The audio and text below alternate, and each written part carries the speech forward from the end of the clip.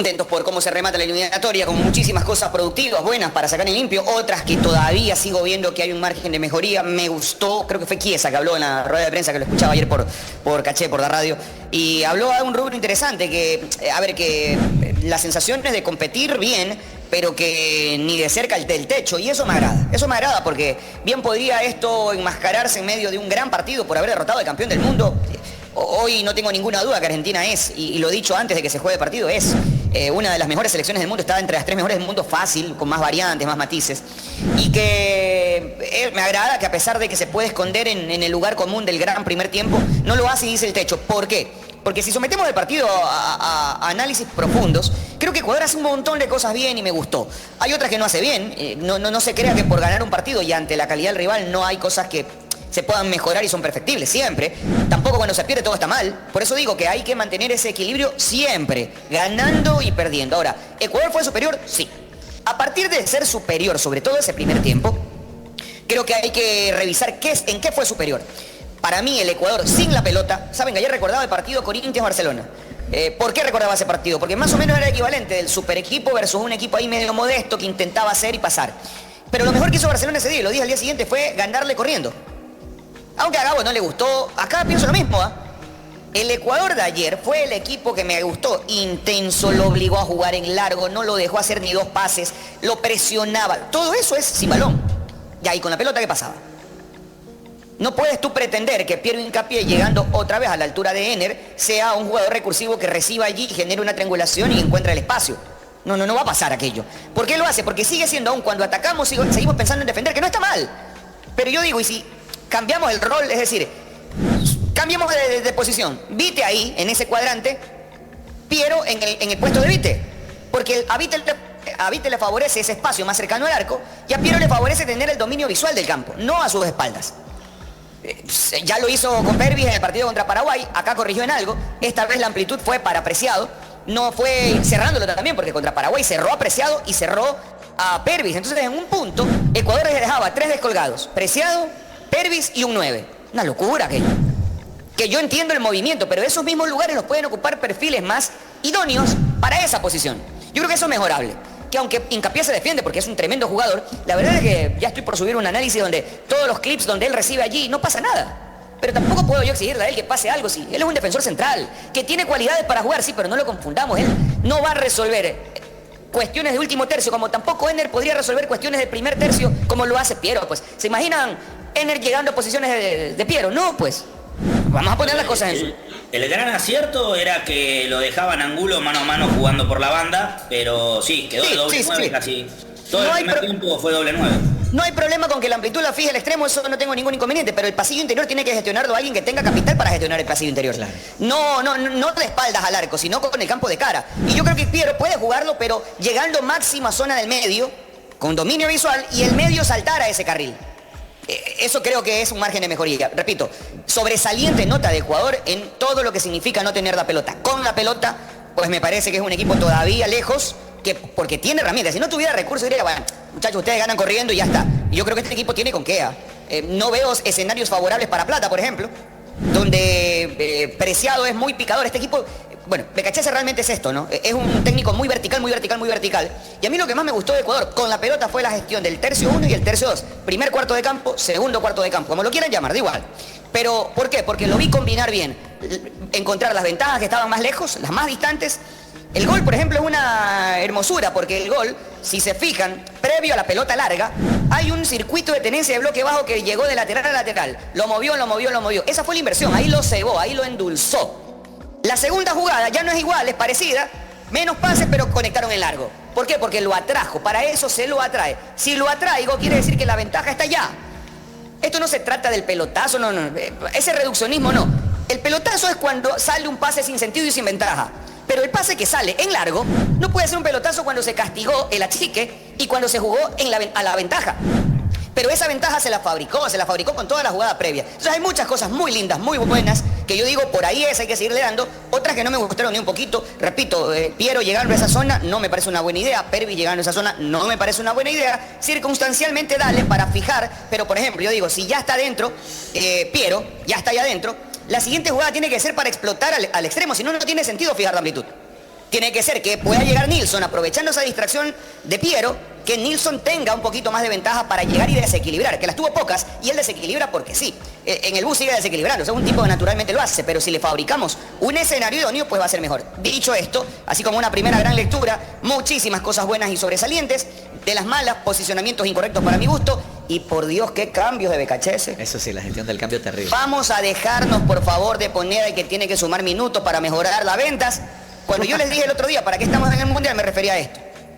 Por andar pensando en a quién le toca jugar y nos olvidamos de la necesidad de partido. Lo nalgueó Scaloni en cambio.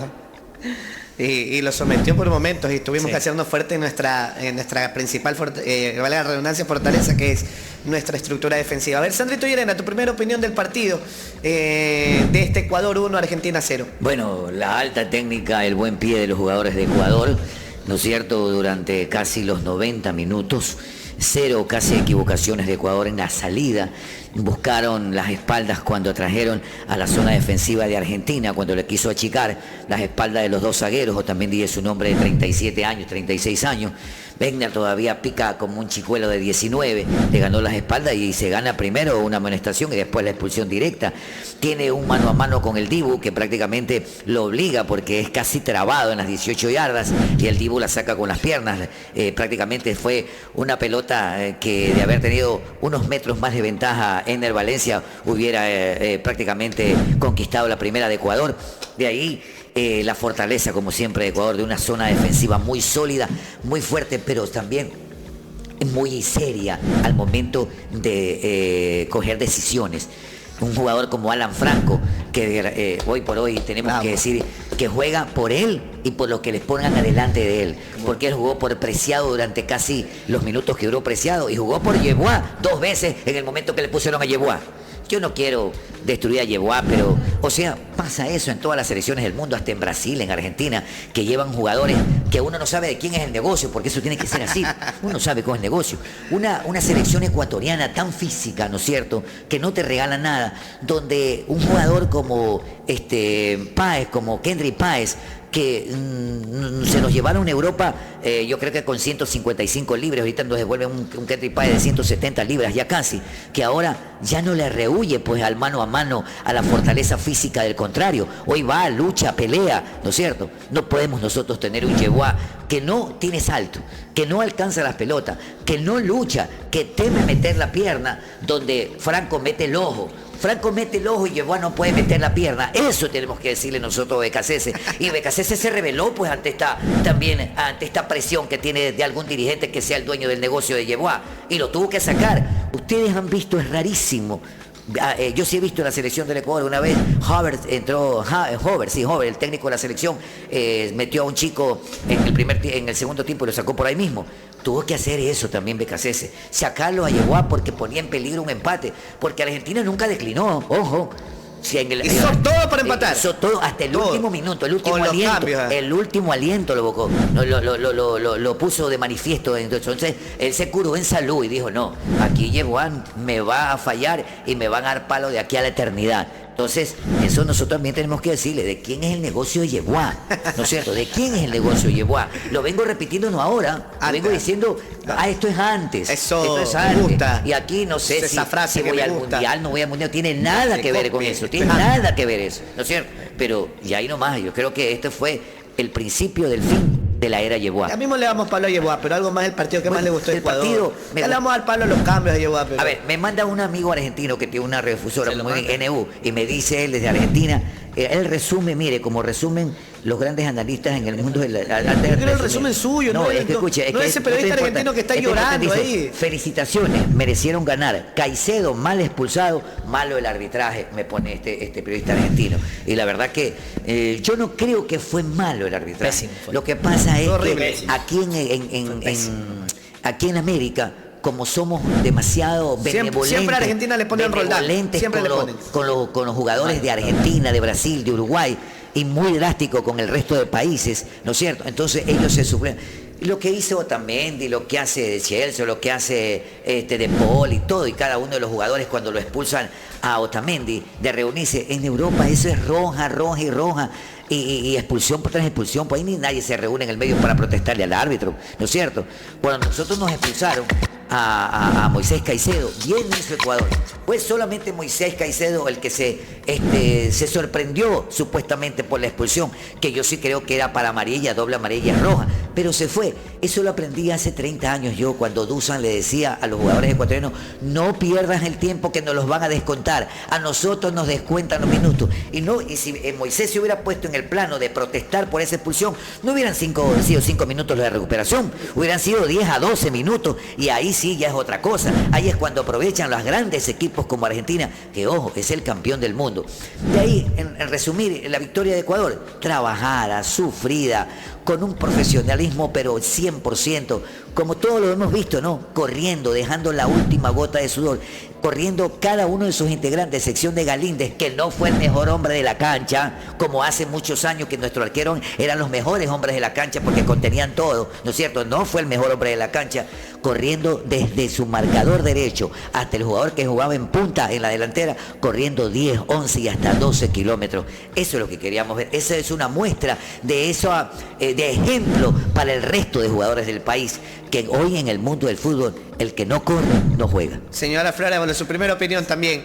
Luego de este Ecuador 1, Argentina 0, estamos viendo postales, gracias al productor Eric Salavarría. Excelente. A ver, a mí me gustó muchísimo el primer tiempo de Ecuador. Me gustó muchísimo el primer tiempo de Ecuador en cuanto a la intensidad, a la recuperación tras pérdida, a la presión alta que hacía la selección ecuatoriana de fútbol, cómo lo obligaba a Argentina a tirar pelotazos. Esos no son pases largos, esos son pelotazos que se dan producto de la presión y de la intensidad de Ecuador para recuperar el balón.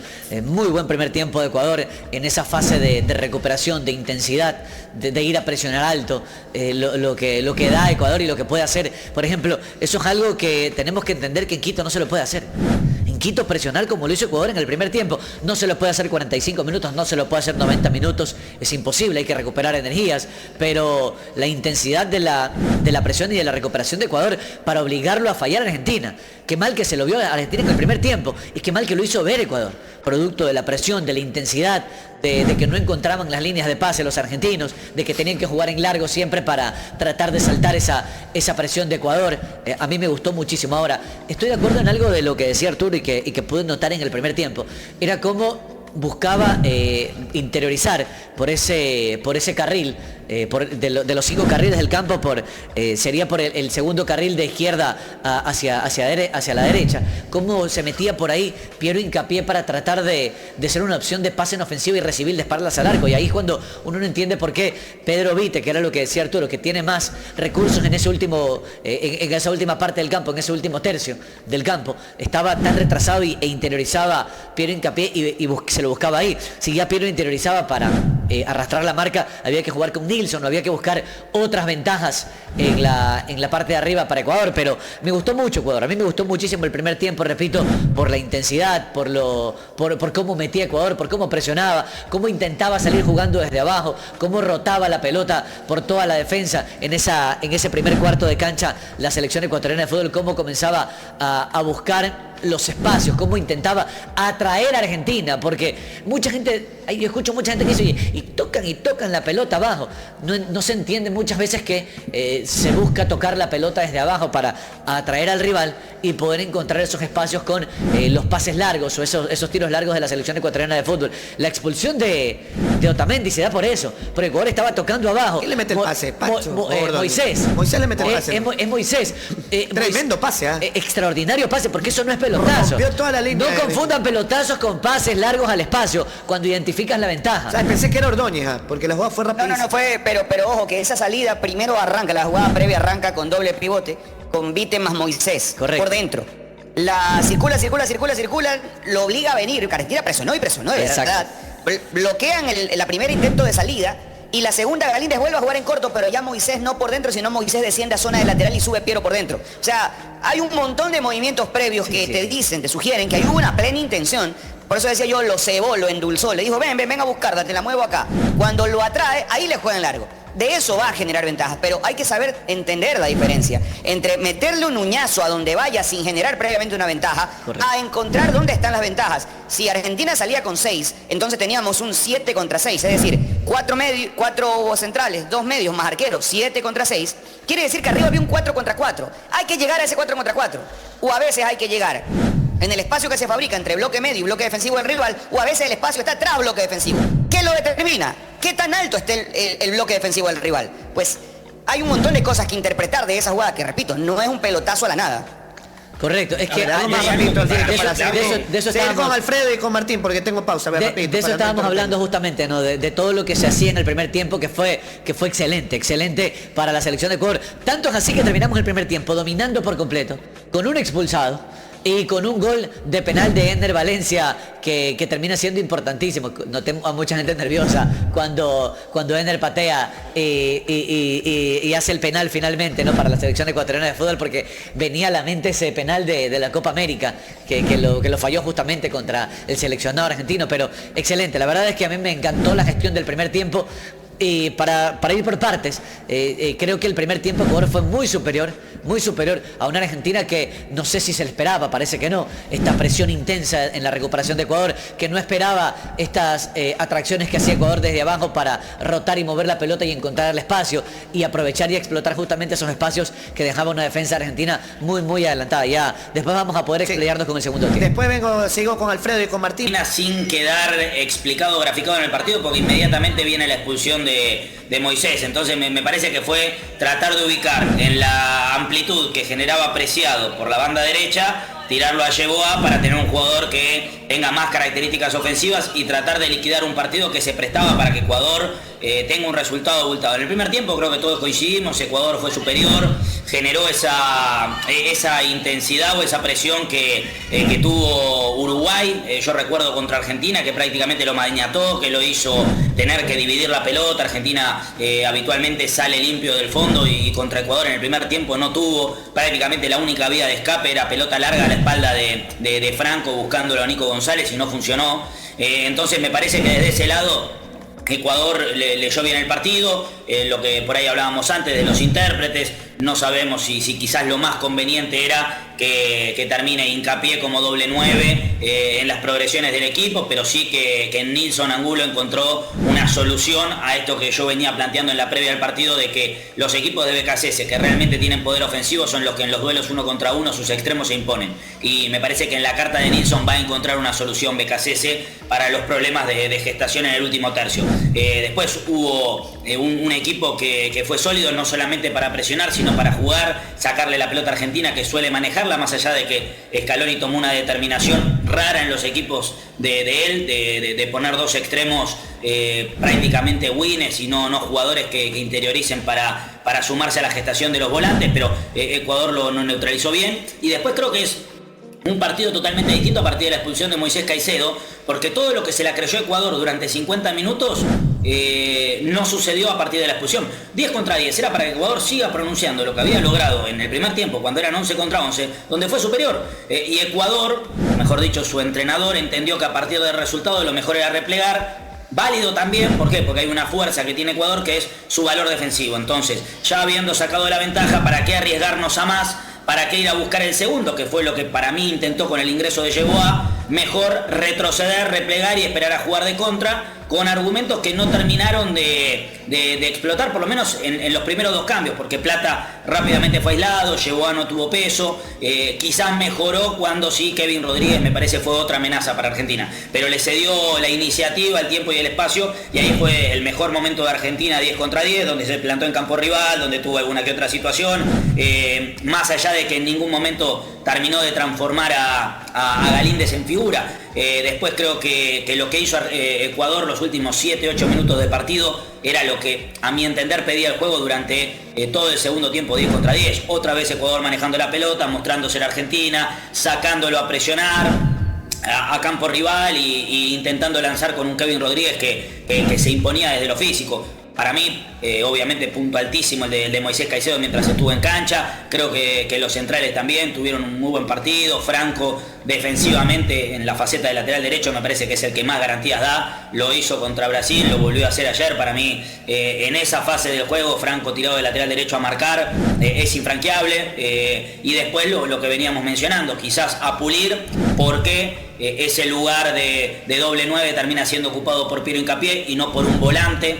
Seguramente tendrá sus razones el entrenador y un Piero más interiorizado como interior en posición de ataque. Para mí quiso corregir eso que de Preciado con Yeboah, pero no llegó a plasmarlo nunca porque el partido se rompió en la expulsión de Moisés Caicedo. Pero creo que son aspectos positivos. Para mí, obviamente, lo más negativo, y no hay que ser el descubridor de nada, es perder a Moisés Caicedo en el debut mundialista. Para mí es un costo alto, un alto costo a una victoria en un partido que desde lo motivacional, desde lo que puede llegar a influir en el termómetro de la gente para con la selección es altísimo, pero que a ciencia cierta en lo que se jugaba no se jugaba tanto como perder a una pieza clave en tu funcionamiento de cara a un partido que va a ser trascendental para Ecuador, porque Ecuador no se puede permitir quizás perder una pieza como Moisés Caicedo, que ahora tendrá que ver cómo la reemplaza en el primer partido del Mundial. O sea, le sale lo argentino a Martín, porque... A Martín... Déjame pelear a mí. A Martín le sale lo argentino. Dice que ya en la expulsión 10 contra 10, Ecuador tenía que ir a buscar el partido. ¿Qué quieres? Que nos viola Argentina. Y luego, y ahora Moisés Caicedo, que querías que en el primer tiempo lo saquen a Moisés Caicedo, solo porque no era... Para ti no es determinante, pero ayer era un partido que nosotros tenemos que demostrarle a la afición, al mundo, a la crítica deportiva, que podemos competir en el llano, que podemos ganarle una campeona del mundo. No, para nosotros no era un partido de trámite. Para nosotros sí era un partido de decir, podemos jugar sin altura, podemos competir, era un examen. Yo no lo sé, estoy escuchando que había que sacarlo a Moy. Capaz sí, porque Moy estaba como todo argentino, porque eso tengo que darle la derecha a los argentinos. Cuando fue el tema que estaban revisando en el VAR, fue la mujer de Messi, Rodrigo de Paul, fue todo esto a boquillar a Moisés Caicedo. Y lo desencajaron, tanto así que tuvo que correr. Debe terminar. Fue la mujer de Messi, Rodrigo de Paul, todo eso. Y tuvo que Galíndez, tuvo que Pacho controlarlo a Moy.